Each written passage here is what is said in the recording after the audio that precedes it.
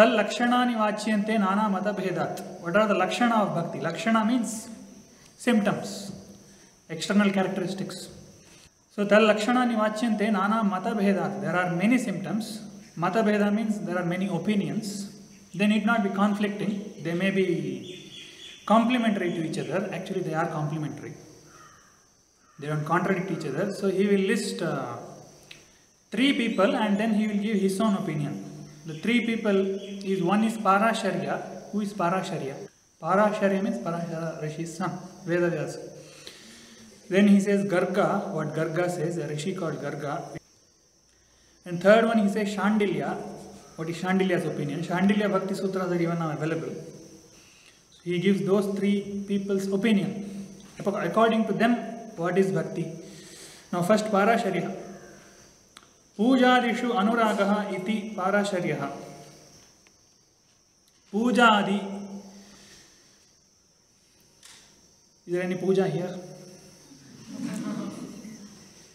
So if you have anuraga for puja,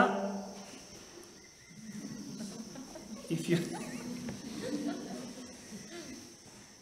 that is lakshana of bhakti. Not even puja. Not even puja. Puja adi. So puja and her friends.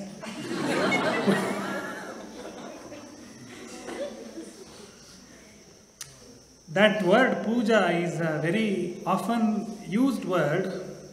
But do you know what that means? Puja means that which comes out of fullness. Purnat jayate, that is puja. Puja does not come from emptiness. It is not. All our puja is out of emptiness. What? We want something. It's a begging puja. That puja is not puja. Puja means you are feeling full and it is overflowing as an activity. That is puja. When you are worshipping, the activity is coming because your heart is full and therefore that is coming out as an activity. It is not coming seeking something. Give me something, give me something. That is not puja. That is apuja, apurnat jayate. If you are worshipping out of emptiness. And puja means worship. We have translated that as worship. Some activity, some ritual. And ritual means you are worshipping something, you are worshipping a symbol, you are worshipping a form or something, idol worship. Now this I have spoken many times, I won't speak again. If you are, I spoke of idol worship in few class, in Bhagavad Gita class also, the videos are there in YouTube, I won't elaborate that again. But the basic idea is, it is not, idol worship is not ridiculous, it is a necessity. Even in the case of a country, even when you are patriot, to show your patriotism, you salute a flag. Is it not idol worship? You need a flag. Not only you salute, you sing. You sing to a flag. You fire cannons. You make lot of sound. You fire crackers on your national day and whatever. You hoist the flag and you do all these things. This is showing your respect to the nation using that flag. So like that, to express your devotion, you may use a symbol or a form or whatever you want to use. You use. So that is according to Vyasa. The next is Garga. He says, Garga Rishi says, Kathadishu iti Garga. Kathadishu anuraga iti Garga. Katha means you like to speak about it. You enjoy speaking. You rejoice speaking about it. About it means again a personification of that. Because if you have to speak of the ultimate reality, there is nothing to speak. So therefore in Bhagavad Gita there is an elaboration of that Vijnana and Vibhuti. What are the manifestations, and you are supposed to show your reverence to the manifestations, to those Vibhutis. These are normal, it's nature of human beings. When you like something very much, you go on speaking of it. If there is somebody who is a Virat Kohli Bhakta, don't you see them that day in that match for that bowler? First ball he hit there, second ball he hit there, third ball he hit like that. They'll remember everything and they'll enjoy speaking about it. You know how he flicked that ball, you don't know how he, they'll enjoy speaking of it.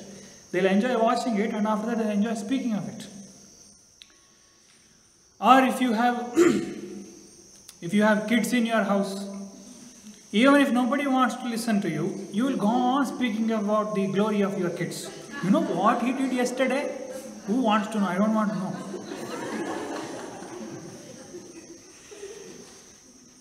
I mean, you enjoy speaking, so you speak. You want somebody to listen, somebody to hear. When I go to somebody's house, it might have happened to you also. When I go to somebody's house, somebody is not very close to us or anything.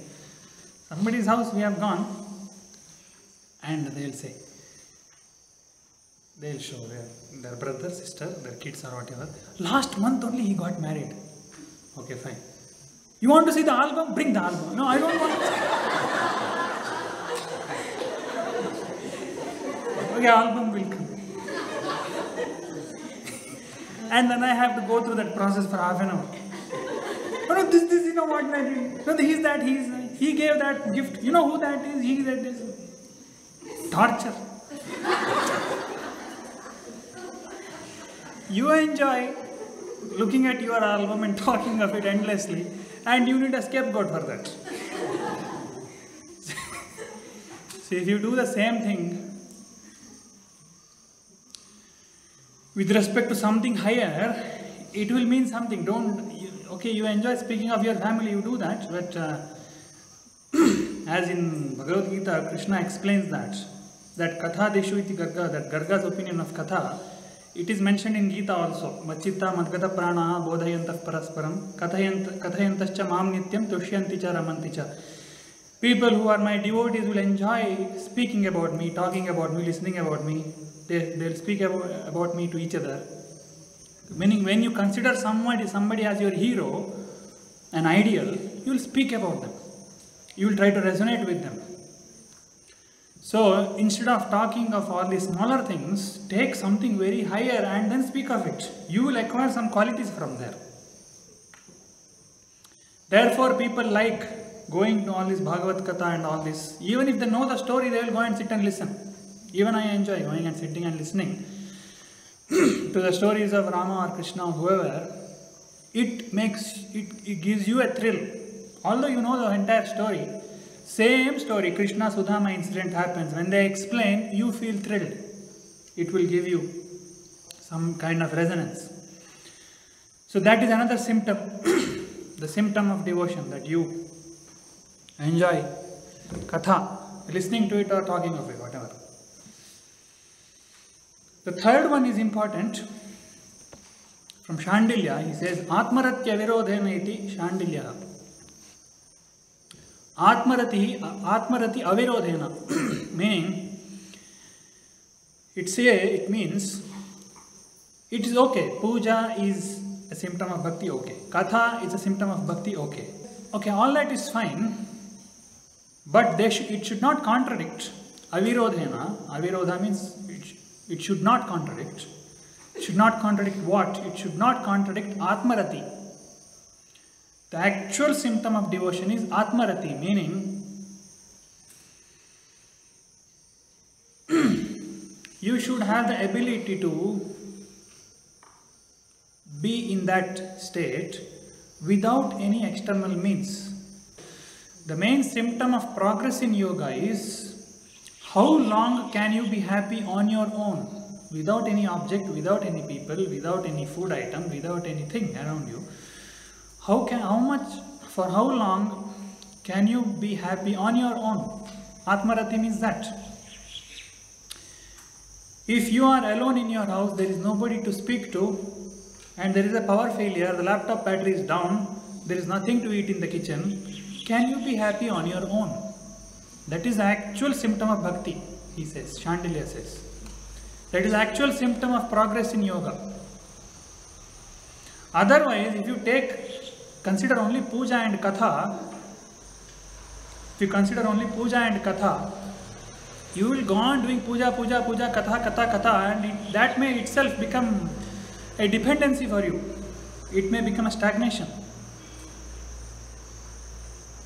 You may get stuck with the means itself. You should not forget the main aim of yoga. It is independence from the world. The same idea which I was trying to tell a few minutes ago. You should be able to be loving on your own, not on something necessarily. You should get the ability to be loving, to be pleasant on your own, not because of something. The independence aspect has to come. So Shandilya gives that amendment that it should not contradict Atmarati. Even if they are performing puja, it is all okay, but it should not. The main symptom is Atmarati. They have attained independence. In Raja Yoga, you call it as meditation. Meditation means you have the ability to. Meditation does not mean you sit and start silently suffering. It's not silent suffering. Real meditation means you have gained the ability to be independent and still be happy. That is meditation. Then after telling these three, Narada gives his own opinion. He says, Naradastu tadarpita akhilacharata tad vismarane parama vyakulateti. Tad vismarane parama vyakulata. Vismarana means you forgot it. So, Narada says, it is remembering that always, it is, meaning he is extending the idea of Atmarati only. He says, you are, even when you are acting in the world, that core feeling is continuing, the core feeling of pleasantness is continuing. He expresses that tadarpita akhilachara. So tad arpita akhilachara, all your activities you have surrendered to that, tat, to that, whatever it is. And when you forget that, tad vismarane parama vyakulateti. Now this I will not tell in the way it is told here, I will tell it in a way which is applicable to us. Now when you